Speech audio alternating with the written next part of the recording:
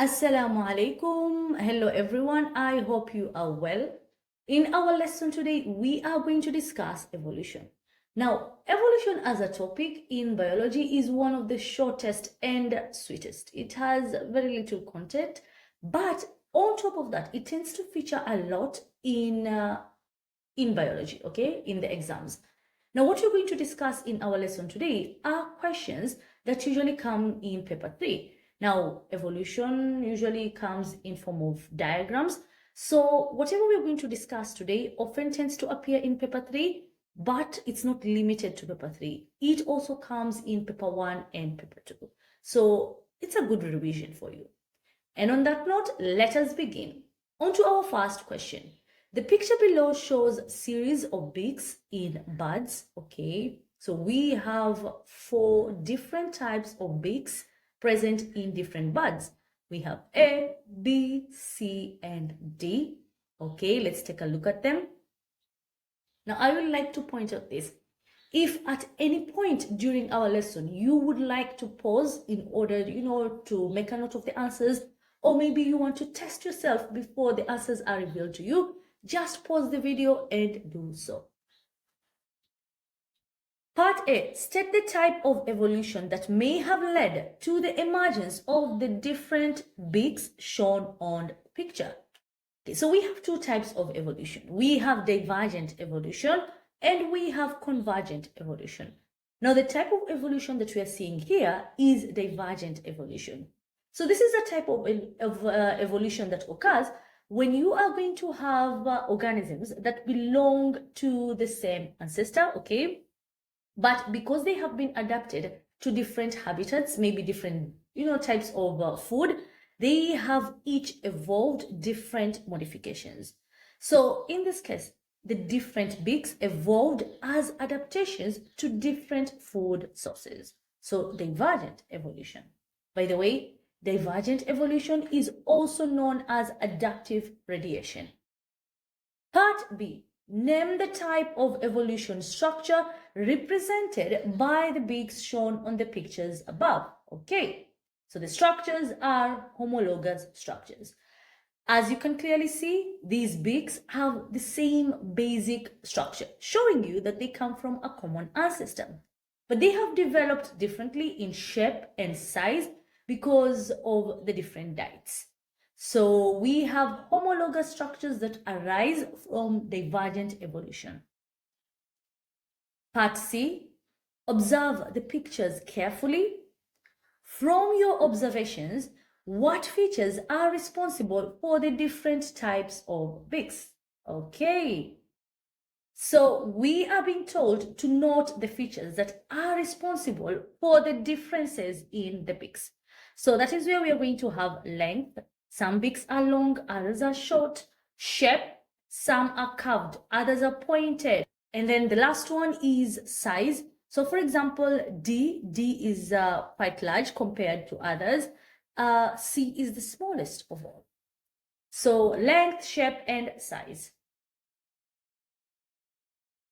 Moving on to part D, suggest the type of food likely eaten by birds whose beaks are shown in pictures A, B, C, and D. Okay, so we are supposed to analyze the beaks and come up with the diet that is suited for each shape. Okay, so if we look at A has a hooked beak. This is adapted for tearing flesh. So that means this is present in carnivorous birds like eagles and hawks.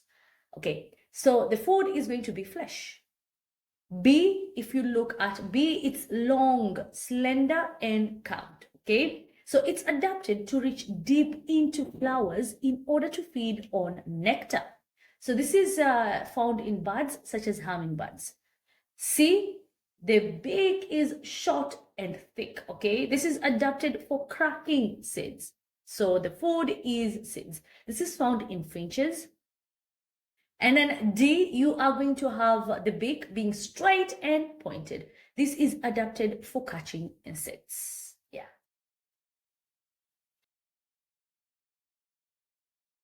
Moving on to our next question, the figure below shows the feet of various birds. Study the diagram and answer the questions that follow. Okay. So there we have it. So if you look at the feet, they are all from birds. And if they are all from birds, that means we are still talking about divergent evolution. In divergent evolution, this is based on organisms that have a common ancestor, okay? But because they have been adapted to different habitats, there have been modifications that have been put in place to ensure they adapt to their surroundings. Now, just take a look at the different structures of the bird. Part 1. Name the type of evolution represented by the diagrams. This is divergent evolution. Roman 2. Using Darwin's theory of evolution, explain how the feet of bird E would have evolved.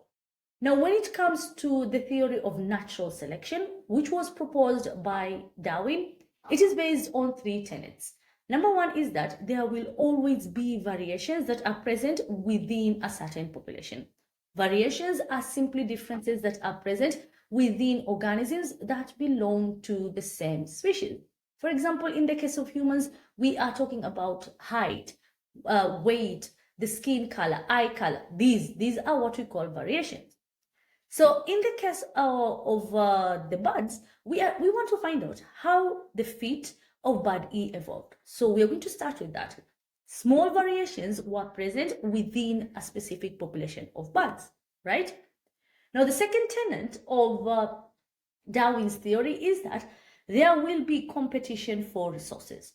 So if the population increases, competition will set in for the limited resources. Resources over here refers to food, mates, okay, space, etc. Now, the birds started competing with one another for the food. So what happens is that when it comes to bird E, if you look at the feet of bird E, you can clearly see that it has these sharp and curved talons, right? These claw-like structures. Okay, those are to kill prey. That makes this a carnivorous animal. So that means that bird E adapted predation as a mode of feeding. It started feeding on other animals. So in order to do that effectively, it evolved feet that had long, sharp, and carved talons so as to kill prey. As simple as that. Roman number 3, explain how Lamarck could have explained the evolution of feet of bird D. Okay, so I will set the answer and then we will discuss this together. So initially, all the birds had the same type of feet. Now, if you look at bird D, it has webbed feet, right? So that means it's adapted for an aquatic environment. What do we mean by webbed feet? If you look at it, you're going to see that the feet are somehow flattened and, the toes are connected by skin, okay? In between each 2 toes, you have a flap of skin. Now, this is specialized for paddling through water. So such birds are usually good swimmers and their feet help them in propelling them through water. So tunaendelea.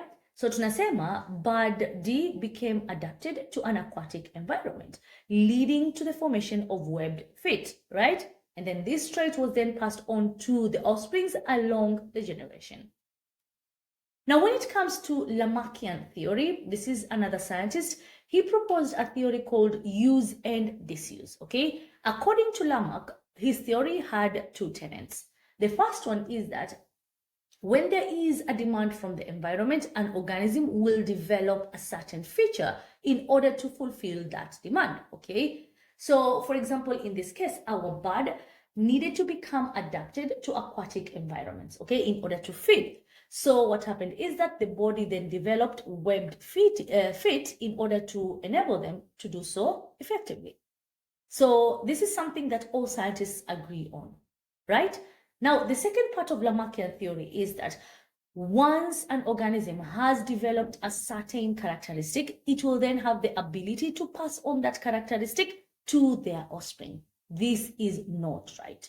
Okay, so scientists fully believe that whatever characteristics an organism has will only be passed on to the offsprings if they also affect the genotype, not the phenotype only. So let me give an example. if you have a person, okay, an athlete who trains for long distance running, marathons, right?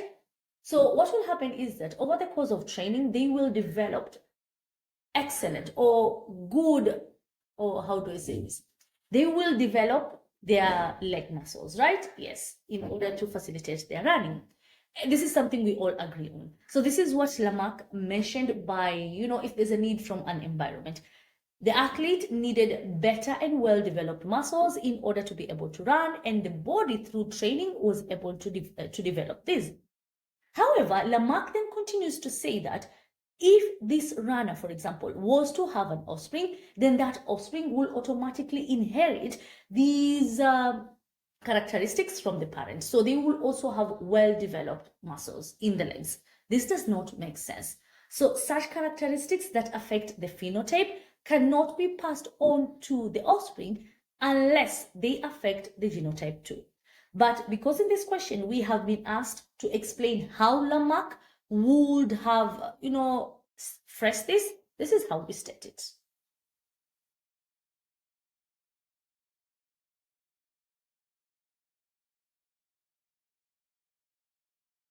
Okay, moving on to our next question.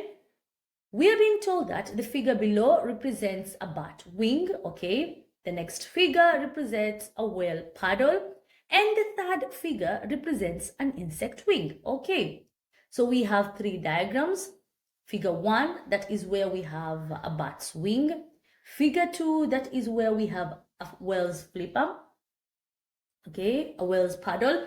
And figure 3 is where we have an insect wing. So study the diagrams and answer the questions that follow. So we are supposed to name parts labeled E and F, okay? So as stated, this is from a bat's wing. A bat is a mammal. All mammals have a system of limb arrangement that is known as the pentadactyl limb system, okay? So that means that the bones of our arms and legs are arranged in this system, okay, where you have one long bone connected to two smaller parallel bonds, and these then connect to even smaller irregular bonds until they terminate into 5 digits. In the case of humans, we end up having 5 toes and 5 fingers. So in the case of a bat, it's going to have the pentadactyl limb system because it's also a mammal. So if we look at H, that will give us the humerus, okay? And if we look at E, that will give us the radius, right? Now, a very easy trick to remember how to differentiate between the radius and the ulna. These are the two parallel bonds that we talked about, okay? They are connected. Now, if you find it difficult to distinguish which is the radius and the ulna, then know that the radius is always on the side of the thumb, RT, okay? So in this case, that is our thumb. So that makes E, which is on the same side, to be the radius. Moving on to Roman 2, state one difference between the wings in figure 1 and in figure 3. So in figure 1, we have the wing of a bat, which is a mammal. Figure 3, we have the wing of an insect. So we have wings of two organisms that belong to two different classes. Not only that, they actually belong to two different phyla. A bat is a mammal and therefore a vertebrate. It belongs in phylum Chordata. An insect is Insecta. It belongs to invertebrates and therefore phylum Arthropoda. Completely different, right? Yeah. So in this case, if we look at the bat's wing, it has the pentadactyl limb system as stated, okay? And, it originates from the endoskeleton. Now, mammals have an endoskeleton. Now, on the other side where the insect is, insects lack a pentadactyl limb system, okay? They don't have this. Instead, what they do have is a wing that is supported by thick veins, okay? Those that you can see. And the veins are composed of cuticle. Okay, you know of cuticle, right? So there we have it. And the wing of insects originate from their exoskeleton. Remember, insects have an exoskeleton. Their skeleton is external to the body. Okay, moving on to Roman 3. Name the type of joint found at the proximal end of bone marked H. So as stated, H is the humerus. Now, when talking about bones, we tend to use such terms as proximal and distal. So proximal means closer to the upper part, distal further away. So in the case of the humerus, that is going to be our proximal end, okay? So in the proximal end, we are going to have a type of joint that is known as a ball and socket joint. This is a joint that allows movement in all planes, okay? So you're going to have 360-degree movement that allows us to rotate our arms.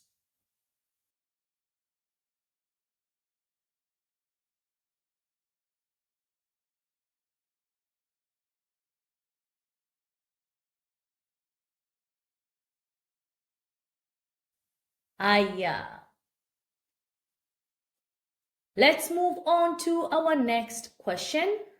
Examine the structures shown below. Okay, so we have 2 feet of birds. We also have 2 different types of wings. Okay, so let's look at A1. That is clearly the feet of a carnivorous bird. Okay, as you can tell from the talons. And A2, as stated, is a webbed feet. That is an aquatic bird.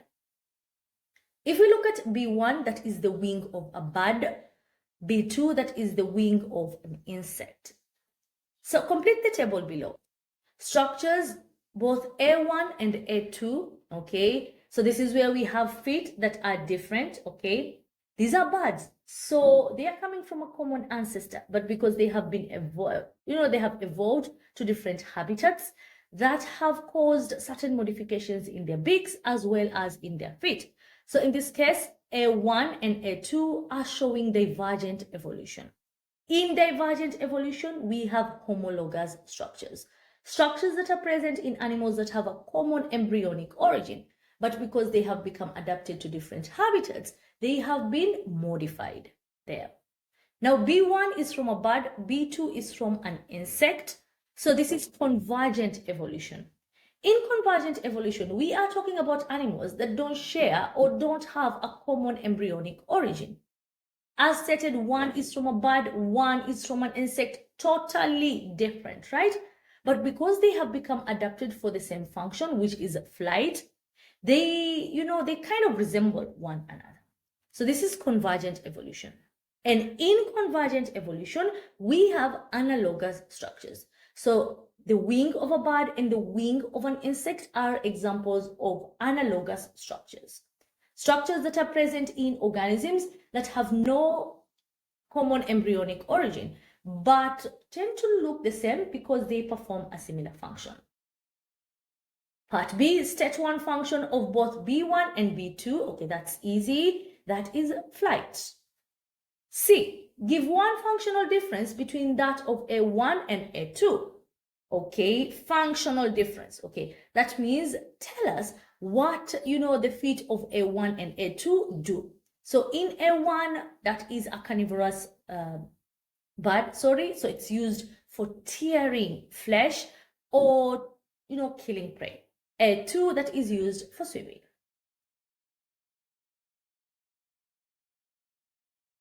On to our last question.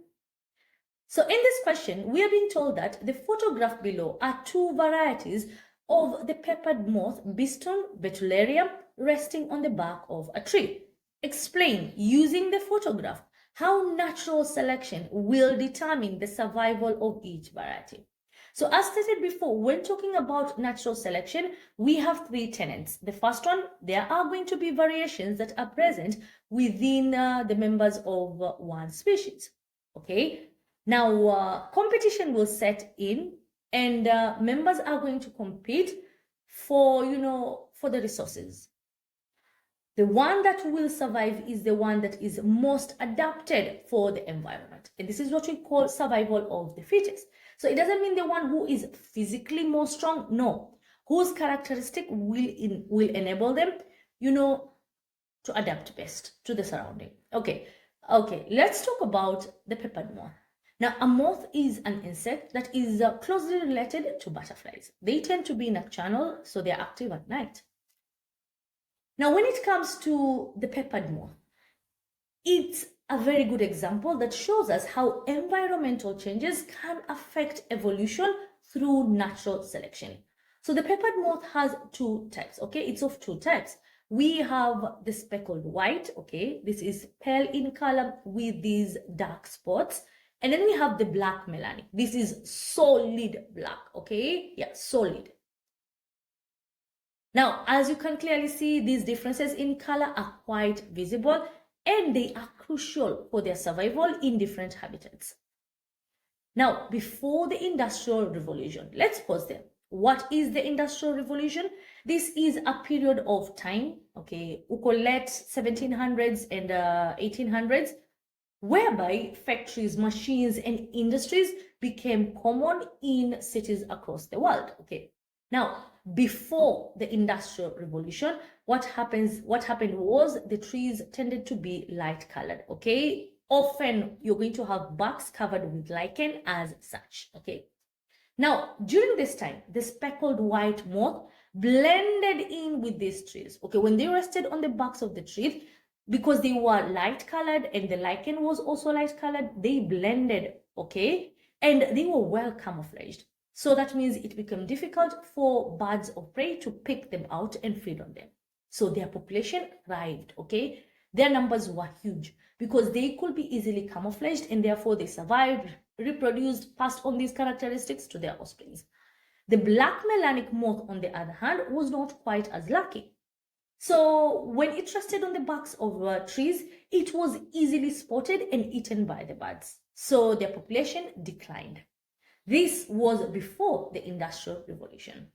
Now, once the Industrial Revolution happened, what happened is that a lot of soot, a lot of smoke was released into the surroundings. So it caused the lichen to die off and it covered the barks of trees with these, with soot and smoke. So what happened is that after the Industrial Revolution, it was actually the black melanic forms that became better camouflaged. So when they rested on the barks of the trees, the predators, the birds that fed on them, could not easily pick them out. But the white ones, the white speckled ones, were now clearly visible. So the predators fed on them more, okay, and their population declined. Okay, so do you see how the environment can affect natural selection? So in this case, when we talk about survival of the fittest, we are talking about the one that will be better camouflaged, that will be, that would better blend into the surrounding. And because of that, it can survive because predators will not easily pick them out. Okay, so how do we explain all of this? The speckled white variety is well camouflaged, right? As you can clearly see, you cannot easily pick it out. And thus it was not predated upon. But the black melanic form is easily spotted by predators and fed on. So what will happen is that their population will decline. So in this case, what is the agent of natural selection? It's selective predation. We are talking about predation. Okay, they're being fed on by predators such as birds. Selective because it's based on how easily they can be camouflaged into their surrounding. And that brings us to the end of our lesson today.